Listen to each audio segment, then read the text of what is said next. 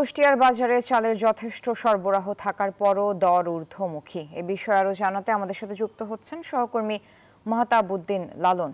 লালন, চালের দর বৃদ্ধির কারণ কি এবং এ বিষয়ে ক্রেতা বিক্রেতারা কি বলছেন?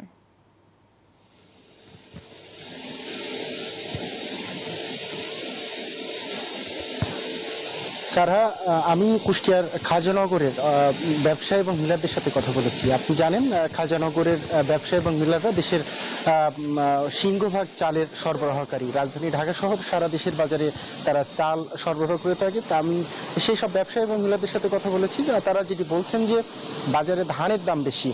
ধানের দাম বেশি হওয়ার কারণেই তাদেরকে বেশি দামে ধান কিনতে হচ্ছে এবং তাদের উৎপাদন খরচ বাড়ছে, যে কারণেই আসলে চালের বাজারের উপরে প্রভাব পড়ছে।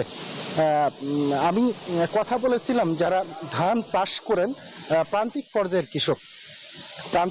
কৃষকরা যেটি বলছেন যে তারা ধান ওঠার সাথে সাথেই সেটি বিক্রি করে দেন, যে কারণে আসলে তাদের কাছে এর মজুদ নেই।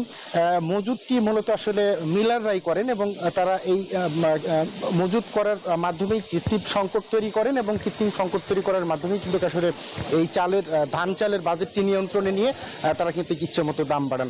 আমি জেলা প্রশাসকের সাথে কথা বলেছি, তারা বলছেন বাজারটি নিয়ন্ত্রণে তারা চেষ্টা করছেন। তো এই ছিল কুষ্টিয়ার চালের বাজার নিয়ে আমার কাছ থেকে সর্বশেষ।